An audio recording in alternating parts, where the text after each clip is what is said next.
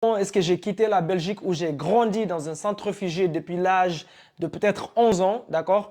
Et aujourd'hui, je vis aux États-Unis, ça fait peut-être 5 ans, d'accord? Depuis, j'ai construit plusieurs business et dans ces business-là, l'immobilier, c'est ça que j'ai commencé avec. Et j'ai un portefeuille immobilier ici aux États-Unis qui vaut 5 millions de dollars plus.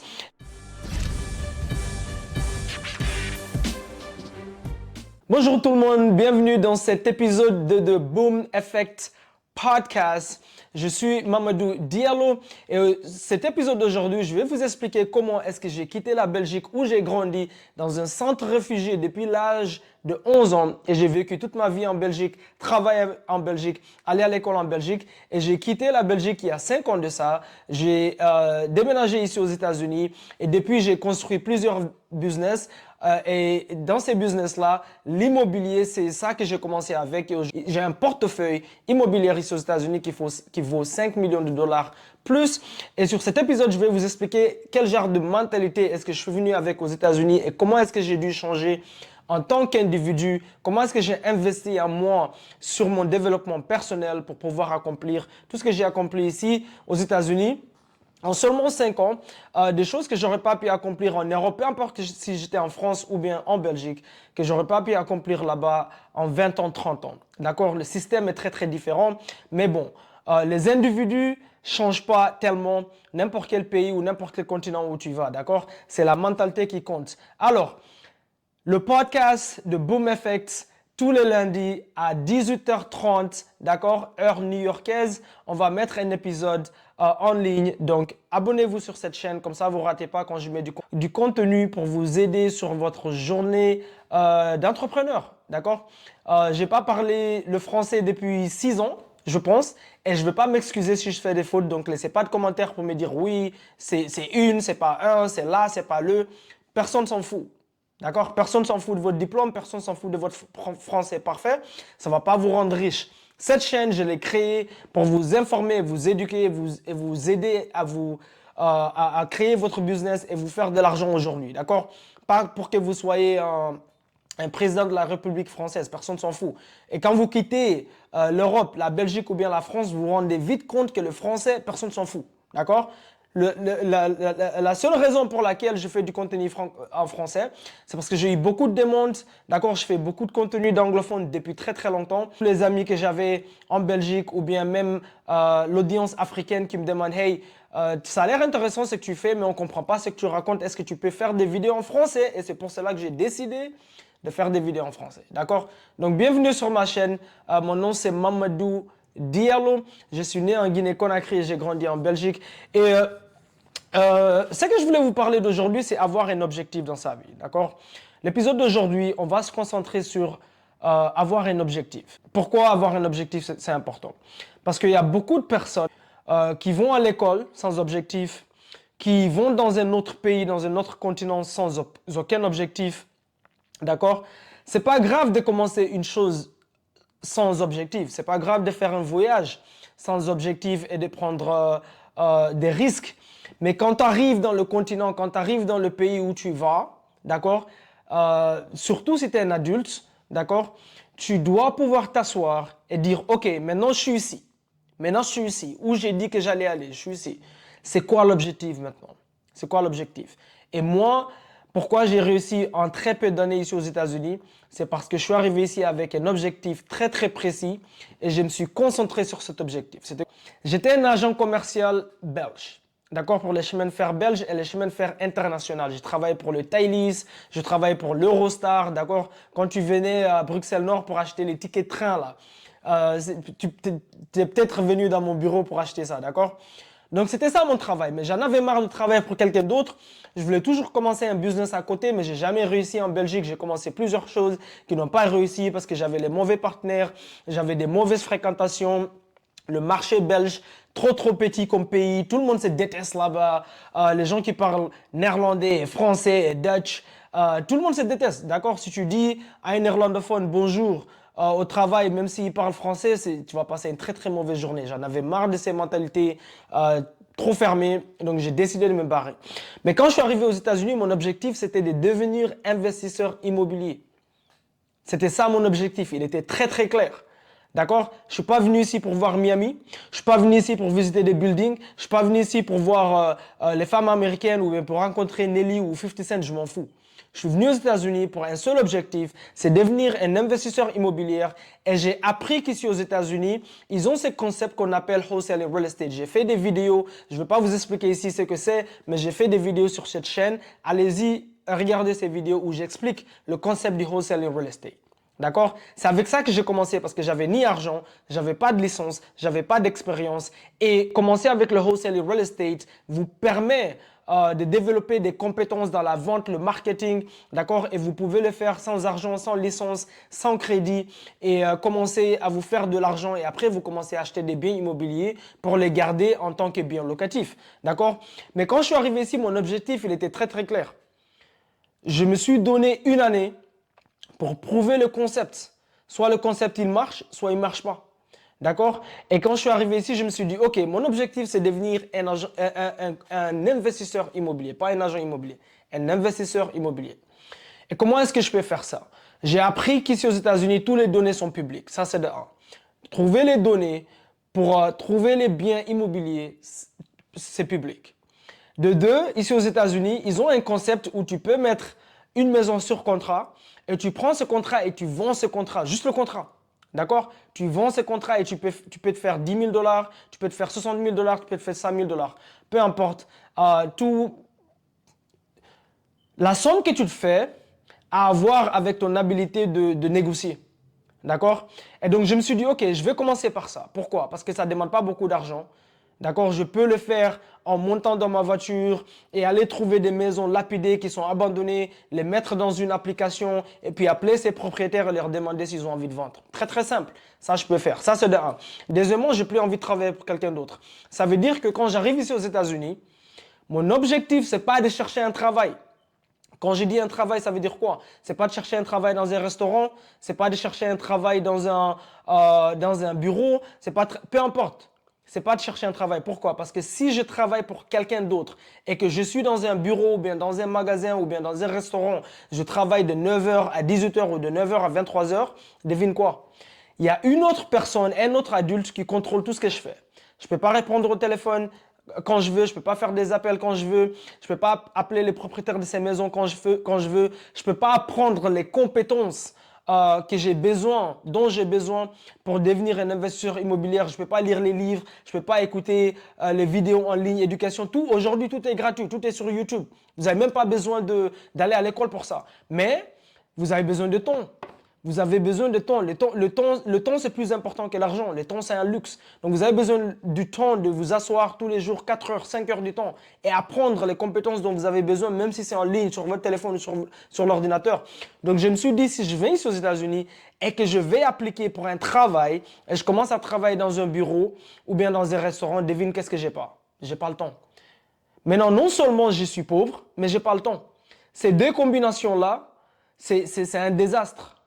Si tu es pauvre, au moins tu dois avoir le temps d'investir sur toi-même, sur ton développement personnel, d'accord, pour apprendre les compétences dont tu as besoin pour te sortir de la pauvreté.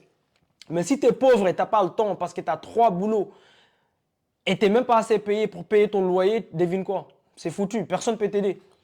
Au moins, au moins, tu dois prendre le risque de quitter ces boulots, comme ça tu as le temps d'investir sur toi-même et apprendre les compétences. Donc, je me suis dit, tu sais quoi, quel genre de travail est-ce que je peux faire ici aux États-Unis qui me permet d'avoir le temps et de faire ce que je veux quand je veux? Donc, non seulement je travaille, donc je ramène du revenu parce que j'ai des factures à payer, d'accord? Je suis un homme à la fin de la journée et j'ai des responsabilités. Et quel travail va me permettre de faire les deux en même temps? Ça veut dire que je peux développer mes compétences, mais aussi j'ai le temps. D'accord? Et je me suis dit, Uber et Lyft. Je peux faire Uber, je peux faire Lyft. Je suis dans ma voiture, la voiture, elle m'appartient. D'accord? Même si l'application ne m'appartient pas, mais la voiture, elle m'appartient. Ça veut dire que si quelqu'un m'appelle dans ma voiture, même si j'ai un client, les clients ne décident pas si je décroche mon téléphone ou pas. Si je décroche mon téléphone, c'est qui m'est arrivé comme plusieurs fois avec des clients. Je décroche mon téléphone et après les clients commencent à se plaindre. Oui, pourquoi tu as décroché ton téléphone? Tu es en train de conduire, c'est dangereux. Je leur dis, écoute, si tu as envie, je peux garer ici et tu dégages de ma voiture. Ça, c'est ma voiture. Je décroche parce que j'ai un autre travail. Je ne peux pas rater cet appel parce que j'appelle des propriétaires de maisons que j'ai envie d'acheter et quand ils m'appellent, je suis désolé, je dois répondre. L'argent n'attend pas, l'argent ne dort pas. D'accord? Donc, laisse-moi tranquille, tu n'es pas mon manager. D'accord? J'étais comme ça dans ma voiture. Pourquoi? Parce que mon objectif, c'était 12 mois. Uber et Lyft, mon objectif, c'était 12 mois. Ce n'était pas de conduire toute ma vie en tant que chauffeur de Uber et Lyft et être confortable parce que c'est très facile d'être confortable dans cette zone-là. Tu te réveilles le matin, tu prends ta voiture, tu conduis, tu te fais 2000, 3000 dollars par semaine, mais tu n'as pas de vie. Tu conduis 18 heures du temps, 20 heures du temps, tu conduis des gens qui vomissent dans ta voiture, des gens qui te parlent n'importe comment, des gens qui ne se lavent même pas le matin, ils montent dans ta voiture, ils puent tellement que tu dois mettre un masque sur ton nez. Toute la journée, tu es en train de conduire ce genre de personnes. Pourquoi faire ça toute ta vie? Et tu gagnes même pas, tu gagnes même pas assez. Tu n'as pas le temps d'éduquer tes enfants si tu as une famille parce que tu es tout le temps occupé en train de conduire. Tu n'as pas le temps de passer, beaucoup de temps avec ta famille. Pourquoi? Parce que tu ne gagnes même pas assez. D'accord? Donc mon objectif, c'était que 12 mois. Ça, c'était mon objectif. Donc quand j'ai commencé, j'ai écrit ça sur un bout de papier. 12 mois, pas plus. Pourquoi 12 mois? Parce que 12 mois, c'est assez pour que j'apprenne les compétences dont j'ai besoin pour prouver le concept du wholesaling, pour prouver que ça marche. Et pour avoir mon premier deal, clôturer les deals, me faire de l'argent, non seulement je me fais de l'argent, mais j'ai aussi la preuve du concept, mais en même temps, j'ai fait Uber et Lyft. Ça veut dire que toutes les personnes qui montent dans ma voiture, d'accord, quand je les prends du point E au point B, quand je les dépose, je peux chercher des biens immobiliers. Deuxièmement, je peux parler à tout le monde qui monte dans ma voiture et leur dire « Hey, je cherche des maisons qui sont lapidées, abandonnées. Si tu connais des maisons, si j'achète le deal, d'accord, je vais te payer 2500 dollars ou 5000 dollars. Si vous ne connaissez rien des États-Unis, je vais vous dire quelque chose maintenant. Peut-être 80% des Américains n'ont pas 500 dollars dans leur compte bancaire d'épargne. Dans leur compte d'épargne. Ici aussi aux États-Unis, les gens qui vivent ici ne savent même pas ce qu'ils ont. Ils font que dépenser de l'argent dans des choses qu'ils n'ont pas besoin. Amazon, chaussures Jordan, acheter du Gucci et des Louis Vuitton qu'ils n'ont pas besoin. Les Américains même, nés et grandis ici, financièrement, c'est les gens les plus irresponsables au monde. Donc, quand tu arrives ici et que tu as un peu de discipline, d'accord, tu peux les dépasser en une année. D'accord? C'est des gens qui dorment tellement mentalement ici, c'est foutu pour eux. D'accord? Donc, quand je suis arrivé ici, je me suis concentré sur mon objectif. Ça veut dire que, vu que j'avais un objectif, là où j'habite, ça compte. J'ai décidé que je ne veux pas habiter à New York. Pourquoi? Parce que New York, c'est l'Afrique. New York, c'est la Guinée me manque. Je vais à New York, à Brooklyn. Là. Je vais trouver tous les amis que j'ai laissés en Afrique quand j'étais petit. D'accord? C'est des gens qui sont venus ici et ils sont venus et ils ont continué à faire la même chose qu'ils ont trouvé leurs grands-parents en train de faire. Si leurs grands-parents étaient un chauffeur de taxi, ils sont venus ici, ils ont commencé à faire Uber et ils n'ont jamais quitté ça. Beaucoup de jeunes sont en train de faire des choses illégales. D'accord, vendre de la drogue, arnaquer des gens avec des comptes bancaires parce que c'est des fainéants. Ils n'ont pas envie de faire le travail dur. Le travail dur, c'est quoi? C'est investir sur ton développement personnel et apprendre des compétences qui vont te permettre de te faire des richesses légalement, pas illégalement. Faire des choses illégales, c'est très très facile. Te réveiller le matin et vendre de la drogue, très facile. Te réveiller le matin et aller voler quelqu'un, très facile. Te réveiller le matin et aller arnaquer quelqu'un avec leur carte de crédit, très facile. Tu es juste un fainéant. C'est pour ça que tu n'as pas envie de faire le travail qui est dur. Et ce travail, c'est quoi? Discipline. Faire attention là où tu habites, d'accord? Va pas habiter avec des gens ou bien être parmi des gens qui peuvent rien t'apprendre de l'économie des États-Unis. Donc, même là où j'habite, c'était très, très, très important pour moi. Heureusement, je suis béni puisque mon père nous a bien éduqués. Mes grands frères qui vivent ici, ils avaient déjà accompli des choses, ils ont fini l'école, ils ont leur famille, ils ont des grandes maisons à Maryland, ils n'ont pas perdu leur temps ici aux États-Unis à aller en boîte. Et donc, quand je suis arrivé ici, j'avais déjà de quoi commencer avec. D'accord? Mais quand tu arrives ici, si tu n'as pas de famille aussi, c'est la même chose, ça ne change rien du tout. Va pas, disons que tu es un Guinéen, d'accord? Je donne un exemple sur les Guinéens parce que je suis Guinéen. Je ne connais pas comment les Ivoiriens ils fonctionnent, même si j'ai passé quelques années en Côte d'Ivoire. Mais si tu es Guinéen et que tu es Peul, et tu viens aux États-Unis, tu dis, tu sais quoi, je vais aller habiter à Queens, New York, juste parce que tous les Peuls habitent à Queens, New York, ok? Pose-toi la question, pourquoi est-ce que tu as envie d'habiter à Queens, New York, juste parce que tous les Peuls sont à Queens, New York? Qu'est-ce qu'ils peuvent t'apprendre? Et comment est-ce que ces gens-là vont contribuer à tes objectifs ici aux États-Unis? Tes objectifs d'être libre financièrement, tes objectifs d'accomplir de grandes choses pour toi, ta famille et ta communauté. Comment est-ce que cette communauté à Queens, comment est-ce qu'elle peut contribuer à ça? La plupart d'entre nous, que ça Africains, peu importe d'où tu viens, Guinée, Nigeria, peu importe d'où tu viens, les premières personnes à t'empêcher d'accomplir des choses dans ta vie, c'est ta propre communauté. Si tu arrives ici, disons que tu as envie de devenir un ingénieur, et tu es Guinéen, tu es Peul, tu croises un autre Guinéen Peul ingénieur, et tu lui dis, qui travaille dans une très bonne boîte, et tu lui dis, hey, comment est-ce que je peux rentrer dans cette boîte là où tu travailles? Est-ce que tu peux m'aider? C'est la première personne à commencer à bégayer. Tu vois, j'étais censé, blablabla. Ils n'ont pas envie de te dire. Ils n'ont pas envie de te dire pourquoi? Parce qu'ils n'ont pas envie de partager. Parce qu'ils pensent que s'ils te disent comment est-ce que tu peux toi aussi commencer à travailler dans cette boîte, de un, d'accord, ça va diminuer leur chance dans la vie. Alors que pas du tout. De deux, si tu rentres là-bas, maintenant le patron peut-être va plus le regarder. C'est comme ça on pense nous les Africains. C'est comme ça on pense nous les Africains, surtout les Noirs en général. D'accord? On n'aime pas partager avec les autres, on n'aime pas partager avec nos semblables. Et donc, aller vivre dans une communauté où il n'y a que les gens qui viennent de chez toi, tu vas être en retard 10 ans ici, tu vas être ici pendant 30 ans et tu n'as rien accompli. Pourquoi? Parce que tout le monde pense de la même manière. Ils sont physiquement ici, mais mentalement, ils sont des esclaves en Afrique. Mentalement, ils sont en Afrique. Et physiquement, ils sont ici. Donc, ils ne voient même pas les opportunités qui sont ici. Non. Même si tu n'as pas de famille ici, tu dois choisir un endroit. Tu vas être inconfortable. Un endroit où tu vas être inconfortable, d'accord? Un endroit qui n'est pas très très confortable. Ça veut dire que c'est un endroit où il n'y a pas que des Guinéens, des Peuls qui y vivent ou des Camerounais ou peu importe d'où tu viens, d'accord? Donc là où tu habites, ça compte. Les gens que tu fréquentes, ça compte, d'accord? Si tu ne parles pas encore anglais, moi, heureusement, quand je suis arrivé ici, j'avais déjà appris l'anglais en Belgique. Je parlais déjà anglais. Je n'ai pas perdu mon temps. Quand j'étais au centre réfugié, tout ce que j'avais, c'est du temps. On s'est réveillé le matin, il n'y a rien à faire à part aller à l'école, revenir manger. Donc j'en ai profité pour apprendre mon anglais quand j'étais au centre. Aujourd'hui, j'ai des amis avec qui j'ai fait le centre réfugié en Belgique où j'ai grandi. D'accord, j'étais mineur, j'avais 11 ans. Et aujourd'hui, nous tous, on a 30 ans plus. Et ces gens, ils ont envie de venir aux États-Unis. Et c'est maintenant qu'ils me disent, ouais, Lamine, je regrette que je n'ai pas appris l'anglais. Bien sûr, tu regrettes. Le temps libre que tu as, il est très très précieux si tu l'utilises comme il faut, d'accord? Mais quand tu arrives ici, peu importe si tu ne parles pas la langue, mais la première des choses, c'est que tu dois être obsédé à apprendre la langue très très rapidement. Et comment est-ce que tu peux faire ça? C'est pas en allant à Queens où tu traînes qu'avec des Peuls tous les jours et vous parlez Peul. Ça ne va pas t'aider.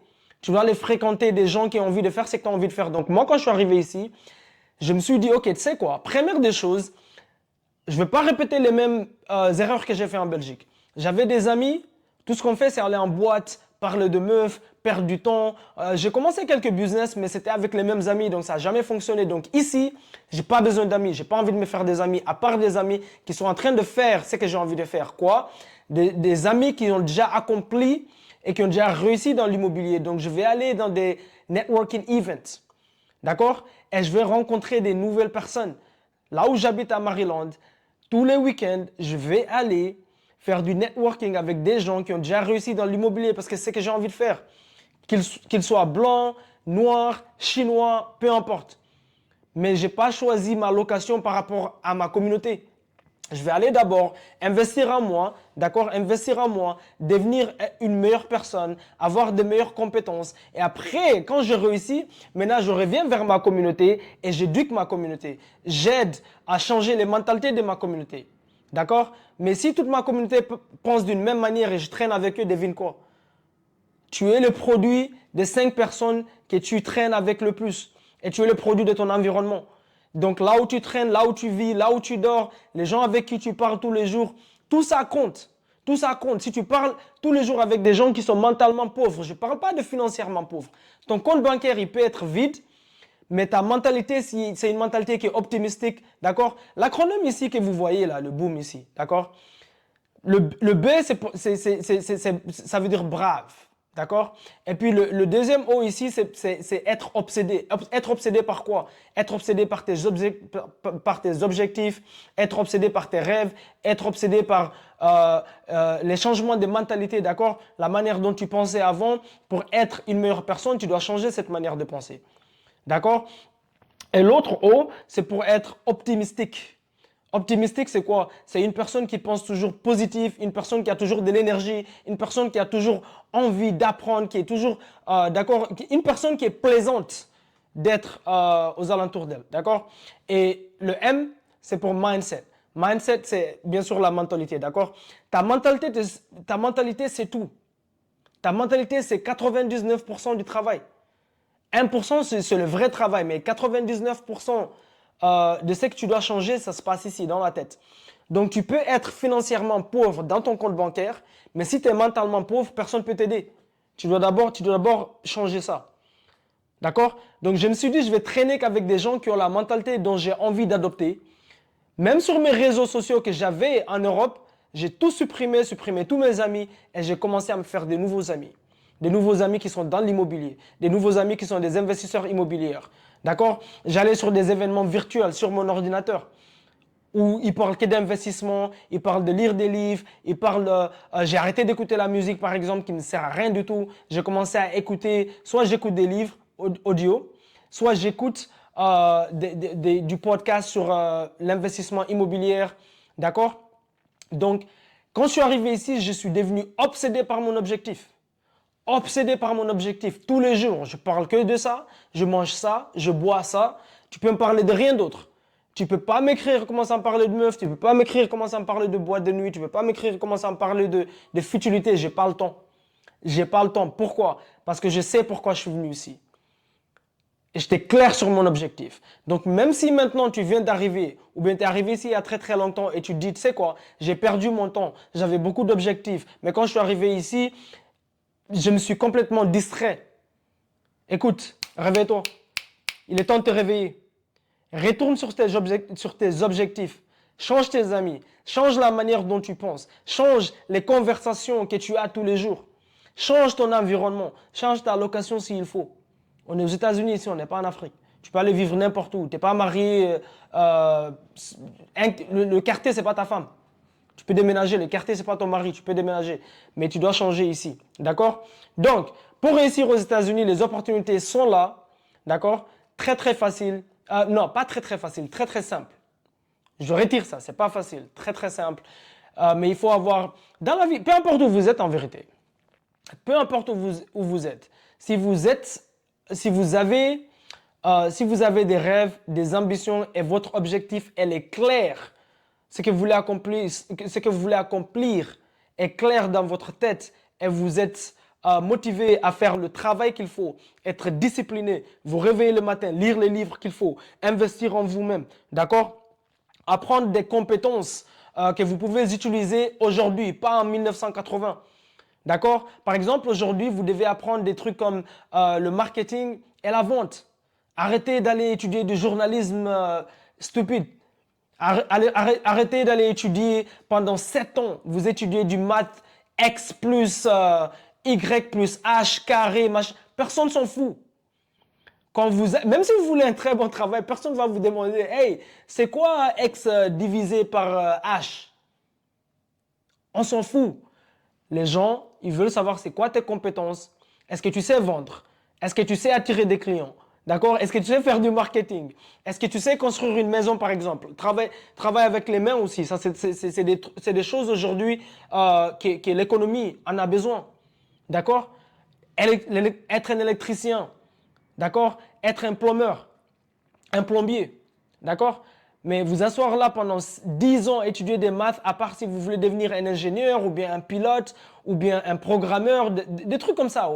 Sinon, vous perdez votre temps. Étudiez des choses aussi que vous allez pouvoir utiliser en 2024. On est en 2024. On est dans l'âge de l'intelligence artificielle. Si vous étudiez des études qui sont démodées, vous êtes foutus. Si vous perdez votre temps sur les réseaux sociaux à regarder des futilités, vous êtes foutus. D'accord? Donc, n'oubliez pas, abonnez-vous sur cette chaîne et tous les lundis à 18h30, heure new-yorkaise, je vais vous mettre un nouvel épisode du Boom Effect Podcast. Et aussi, je vais mettre beaucoup de contenu ici pour vous éduquer comment vous pouvez commencer le wholesale et real estate ici aux États-Unis. Comment est-ce que vous pouvez commencer d'autres business à partir de votre téléphone et en ligne et vous faire 5 à 10 000 dollars par mois. Très simple, pas facile, mais très simple. D'accord, il n'y a rien de facile au monde ici. D'accord, oubliez ce monde où on vous dit, ouais, devenez riche facilement. C'est faux. Ça n'existe pas. Vous allez devoir faire le travail. Mais si vous n'êtes pas un fainéant, alors c'est facile de vous éduquer, de vous informer. Parce que si vous êtes motivé en vous-même, d'accord, vous allez faire le travail. Donc, n'oubliez pas de vous abonner. On va mettre beaucoup de contenu sur l'immobilier et d'autres genres d'investissement. On va parler. Vous allez aussi pouvoir suivre en temps réel notre journée d'entrepreneur ici aux États-Unis et dans d'autres pays parce qu'on est international. D'accord? Et je vous vois à la prochaine épisode. Boum, boum, boum.